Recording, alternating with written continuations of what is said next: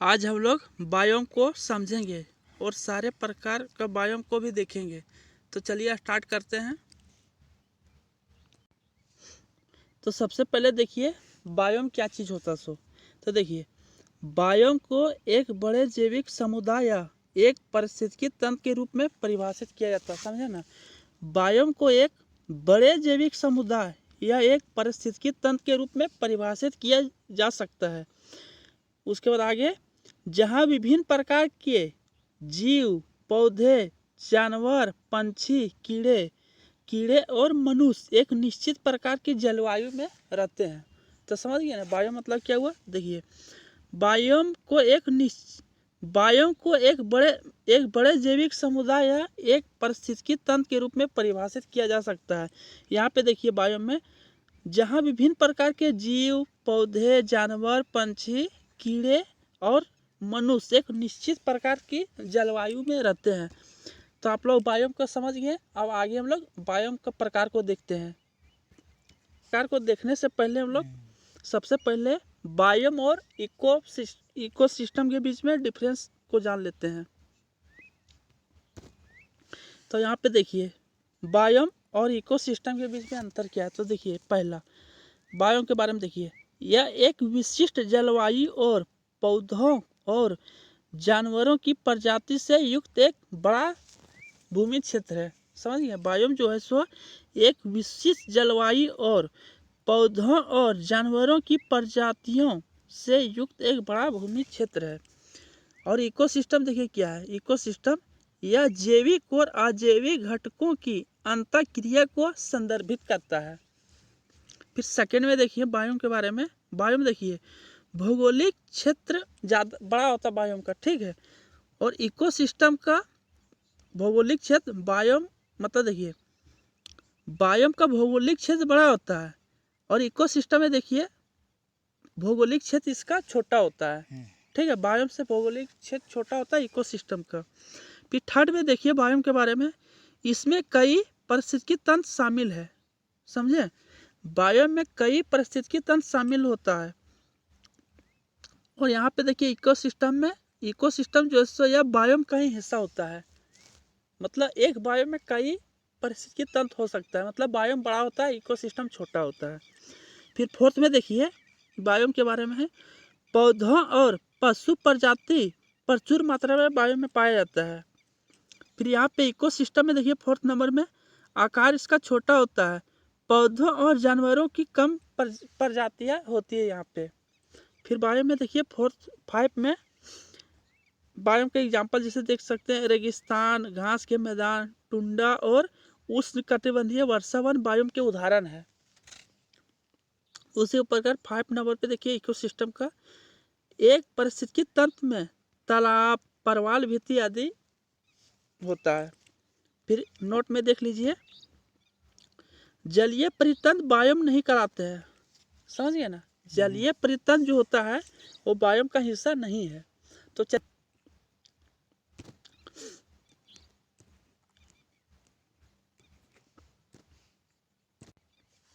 तो सबसे पहले देखिए इधर है बायोम, ठीक है।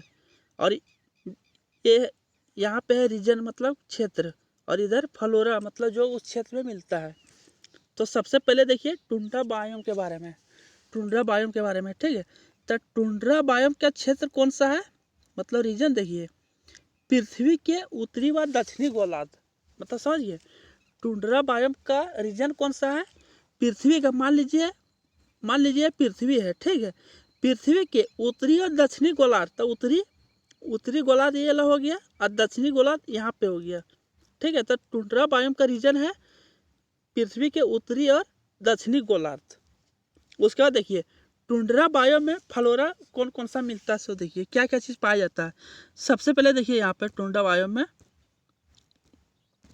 सबसे पहले देखिए झाड़ियाँ, लाइकेन मॉस, उसके बाद दलदली पौधे, रेंडियर, ध्रुवी लोमड़ी पाया जाता है, ध्रुवी भालू, उल्लू भी पाया जाता है, आर्कटिक खरगोश भी पाए जाते हैं, लेकिन सरीसृप या उभयचर जीव नहीं पाए जाते हैं। तो समझ गए ना, इम्पोर्टेंट फैक्ट है, इसको ध्यान में रखिएगा। टुंड्रा बायोम में सरीसृप वर्ग और उभयचर वर्ग का जीव नहीं पाया जाता है। तो क्लियर हो गया टुंड्रा बायोम के बारे में। अब सेकेंड में हम लोग बात करते हैं टेगा बायोम के बारे में। तो देखिए टेगा बायोम के बारे में सबसे पहले इसका रीजन देखिए, टेगा बायोम का क्षेत्र कौन सा है, कहाँ पे मिलता है। तो देखिए उत्तरी यूरोप, ठीक है, उसके बाद एशिया व उत्तरी अमेरिका,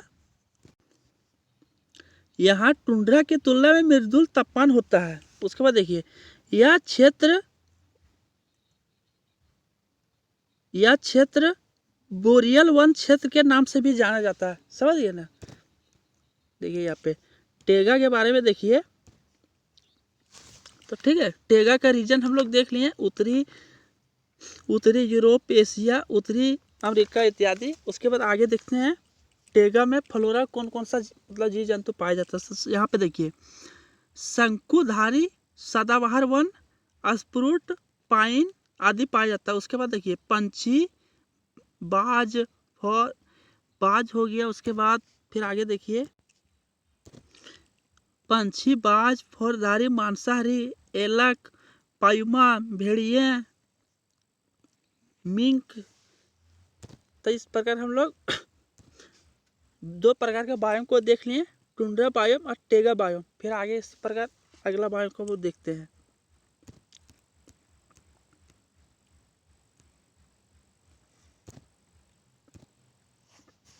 अब आगे देखिए शीतोष्ण पर्णपाती वन के बारे में, थर्ड नंबर पे। तो इसका रीजन देख लीजिए सबसे पहले रीजन, और यहाँ पे है फ्लोरा। तो रीजन में देखिए मतलब शीतोष्ण पर्णपाती वन का रीजन कौन सा है। तो देखिए दक्षिणी यूरोप, उत्तर पूर्वी अमेरिका, पश्चिमी चीन, जापान, न्यूजीलैंड आदि। उसके बाद देखिए औसत मृदु तापमान व पर्याप्त वर्षा यहाँ पे होता है। फिर शीतोष्ण पर्णपाती वन में यहाँ पे फ्लोरा कौन कौन सा मिलता है। देखिए सबसे पहले ओक मिलता है, बीच मिलता है, मेपल, चेरी, ठीक है। उसके बाद यहाँ के जंतु अधिकतम कशेरुकी यह कशेरुकी है। यह क्षेत्र विश्व का कृषि के लिए उच्चतम उत्पादकता वाला क्षेत्र है। तो समझिए एक बार और देखिए शीतोष्ण पर्णपाती वन के बारे में। यहाँ पे जो फ्लोरा है उसी में देखिए यह क्षेत्र विश्व का कृषि के लिए उच्चतम उत्पादन वाला क्षेत्र है, ठीक है। अब फोर्थ नंबर पे अब हम लोग देखते हैं उष्णकटिबंधीय वर्षा वन के बारे में, ट्रॉपिकल रेन फॉरेस्ट के बारे में, फोर्थ नंबर पे। तो इसका सबसे पहले रीजन देखिए विषुवत वृत्त के आसपास का क्षेत्र। तो विषुवत वृत्त समझ गए, मान लीजिए पृथ्वी है, तो इसके बीच में जो लाइन गया है यही है विषुवत वृत्त। तो इसका उष्णकटिबंधीय वर्षा वन का रीजन देखिए विषुवत वृत्त के आसपास का क्षेत्र, मतलब इधर आसपास का क्षेत्र जो है। उसके बाद फिर देखिए यहाँ पे वर्ष भर उच्च तापमान व उच्च वर्षा यहाँ पे होता है। समझिए ना। उष्णकटिबंधीय वर्षा वन के रीजन में देखिए विषुवत वृत्त के आसपास का क्षेत्र है और वर्ष भर उच्च तापमान व उच्च वर्षा यहाँ पे होता है। फिर यहाँ पे देखिए मिलने वाला फ्लोरा के बारे में आगे।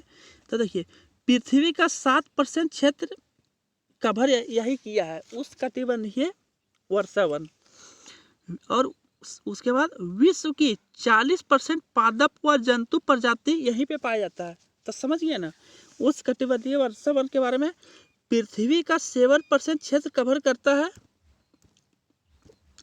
और विश्व की 40% पादप व जंतु प्रजाति यहीं पे पाया जाता है। फिर आगे देखिए उष्णकटिबंधीय वर्षा वन के बारे में भी। यहाँ चौड़ी पत्तियों वाले कई स्तरीय सदाबहार वृक्षों की प्रजाति मिलती है, ठीक है। तो फोर्थ नंबर पे हम लोग देख लिए उष्णकटिबंधीय वर्षा वन। अब से 5 नंबर पे हम लोग देखते हैं सवाना वन के बारे में। तो देखिए सवाना वन, इसका देखिए सबसे पहले रीजन उष्णकटिबंधीय क्षेत्र, ठीक है। उष्णकटिबंधीय क्षेत्र अफ्रीका महाद्वीप में सवाना अधिक विस्तृत है। तो समझिए सवाना जो है बायोम वो अफ्रीका महाद्वीप में सबसे ज़्यादा विस्तृत है, और सवाना बायो में मिलने वाला फ्लोरा क्या क्या देखिए यहाँ पे, छितरे हुए वृक्षों के साथ साथ घास स्थल, अग्निरोधी कांटेदार पाया जाता है यहाँ पे। उसके बाद देखिए जंतु जगत में अत्यधिक विविधता यहाँ पे पाया जाता है, समझ गए ना। सवाना बायो में जंतु जगत में अत्यधिक विविधता पाई जाती है।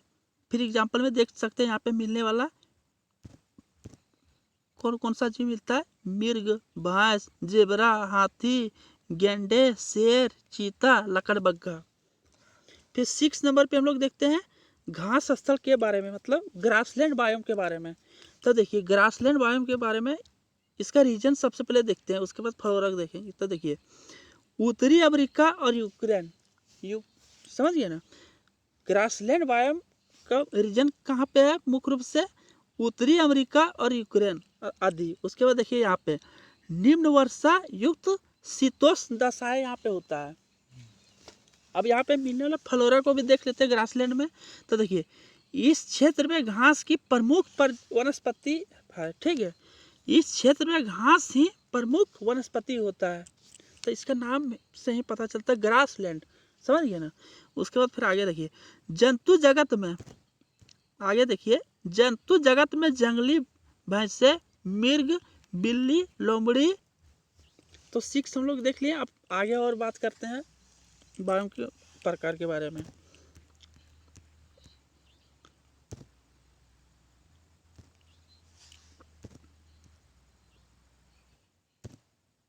तो देखिए 7 नंबर पे अंतिम जो है मरुस्थल बायोम, मतलब डेजर्ट बायोम के बारे में। तो इसका सबसे पहले हम लोग रीजन देख लेते हैं, उसके बाद फ्लोरा देखेंगे। तो इसका रीजन में देखिए महाद्वीप के आंतरिक भागों जहां निम्न वर्षा व उच्च तापमान की स्थिति विद्यमान रहती है, समझ गए ना। डेजर्ट मतलब मरुस्थलीय बायोम का रीजन कहाँ पे, देखिए महाद्वीप के आंतरिक भाग जहाँ निम्न वर्षा व उच्च तापमान की स्थिति विद्यमान रहती है। उसके बाद फिर देखिए यहाँ दिन में उच्च तापमान व रात में निम्न तापमान रहती है। चलो फ्लोरा को देखते हैं। यहाँ पे देखिए वनस्पति में प्रमुख कांटेदार झाड़ियाँ, कैक्टस तथा सूखा प्रतिरोध वनस्पति प्रमुख है। उसके बाद देखिए जंतु जगत में सरीसृप व छोटे स्तनधारी व पंछी पाए जाते हैं यहाँ पे। तो दोस्तों हम लोग बायोम को भी देखें और बायोम और इकोसिस्टम में डिफरेंस को भी समझें, और बायोम का 7 प्रकार होता है उस चीज़ को भी देखें। और आप लोग को अगर वीडियो अच्छा लगा होगा तो चैनल को सब्सक्राइब कर दीजिए और वीडियो को लाइक कीजिएगा, और कमेंट भी कर सकते हैं अगर किसी और चीज़ पे अगर क्लास चाहिए तो। इस प्रकार हम लोग